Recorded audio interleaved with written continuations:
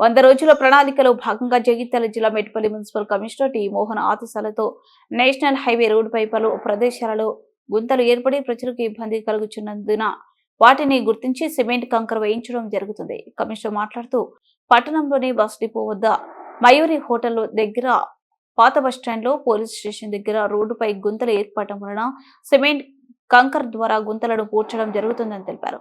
వార్డులలో ఏర్పడిన గుంతలను గుర్తించి మోరం పోయించడం జరుగుతుందని తెలిపారు. ఈ కార్యక్రమంలో ముజీబ్ లింబాద్రి పాల్గొన్నారు.